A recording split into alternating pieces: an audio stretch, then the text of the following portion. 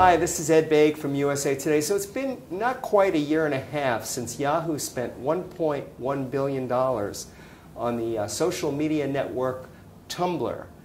How's it gone since that Yahoo acquisition? Well, I'm at Tumblr headquarters, and I'm going to ask the guy who would know better than anybody else. That's, of course, David Karp, who is the head of Tumblr, the founder of Tumblr.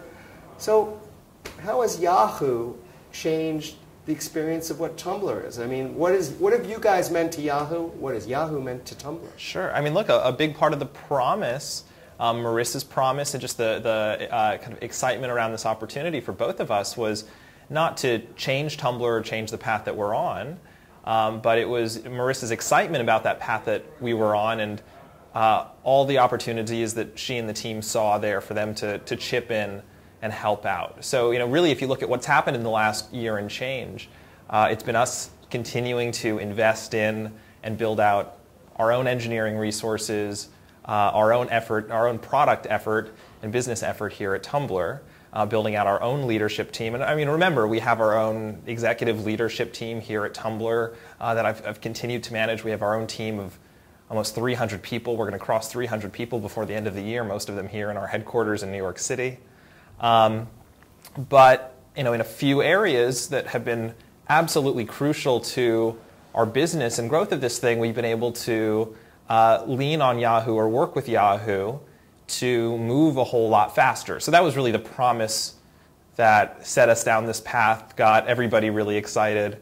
And look, they've really, I think we both really lived up to and delivered on that promise, and it started to manifest, or the ways that we work together have started to manifest in things like our ad business right now, where first thing we did this year back in January was actually launch all of those Tumblr ad products that we've been building on top of Yahoo ad technology. So now when you actually see those native Tumblr ads, they're being served up through all of this really, and I mean, hugely sophisticated engineering and technology that Marissa's team has been working on over at Yahoo for the last few years to make sure that that ad is personalized, is measured, and has and targeted, and has the full capabilities of, again, all of that ad tech that they've been investing in. So how often are you in contact with Marissa? A few times a week. I mean, we are. I work for Marissa now. She's replaced our the board. She's the boss. Yep, the boss that's replaced our board. Remember, we had a board of 5 institutional investors that we worked with for really about 7 years before jumping over to Yahoo. So that relationship is a little bit different, but we're used to having partners in this, and Marissa's been a wonderful partner. Now, as you're well aware, she's gotten some criticism for the acquisition she's made. You guys, of course, were the big acquisition. And a lot of love for it, and I think a lot of praise for it, and hopefully we're So you think delivering. some of that out there is unfair? What's been? I hope we've been delivering, performing. She seems very proud, and I'm excited to give her a whole lot to brag about. I think we have recently, and I think we're going to. I think we have in the time since the acquisition, and I think we're going to give her a whole lot more to brag about next year. Now, video, of course, is a big deal in this whole space, and you guys recently, actually just last week, revamped your video player, your platform. Talk about your intention. What we've heard you want to go after YouTube, sort of the granddaddy of the space.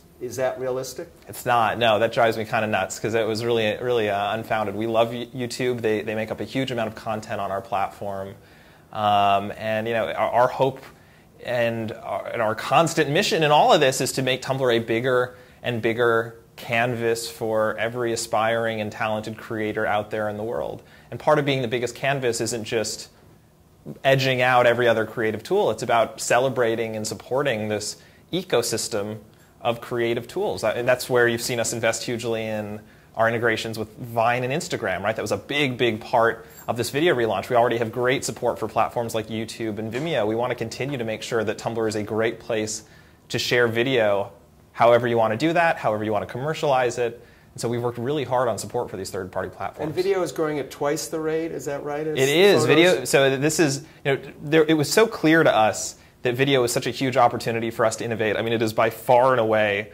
the most requested area of development. I mean, the biggest feature requests, or the most feature requests that we hear from our users are always around the video player, video uploading, the video experience, all around video.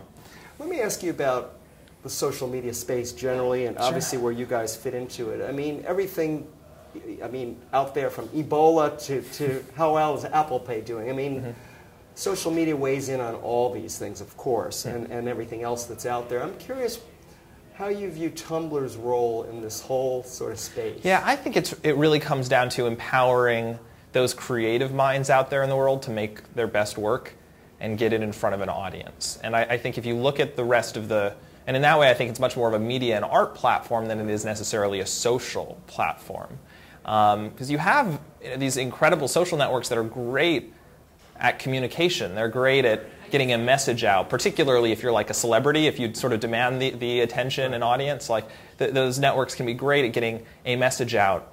But in terms of really stretching the canvas, in terms of delivering on this promise of creative technology, which is, frankly, it's the kind of technology that got me interested in technology. It was growing up and watching digital photography emerge. It was watching the processors get faster and faster, and then all of a sudden Pixar being able to come into existence because the technology moved far enough, but the tools were also harnessed by these incredible creative minds that were determined to show us what they could do with those tools. So Tumblr has always been about delivering on that, or being that conduit between the bleeding edge technology and that community of creators that will show us the way, that will show us what they can do with these amazing tools. I know you're reaching out to try and, people say, does anybody over 30 know what Tumblr is? How do you answer that? Well, you know what, we get a lot of credit for having this very young audience, but it's actually very diverse. It's diverse in genres, it's diverse in gender, it's diverse in geography, and it's very diverse in age.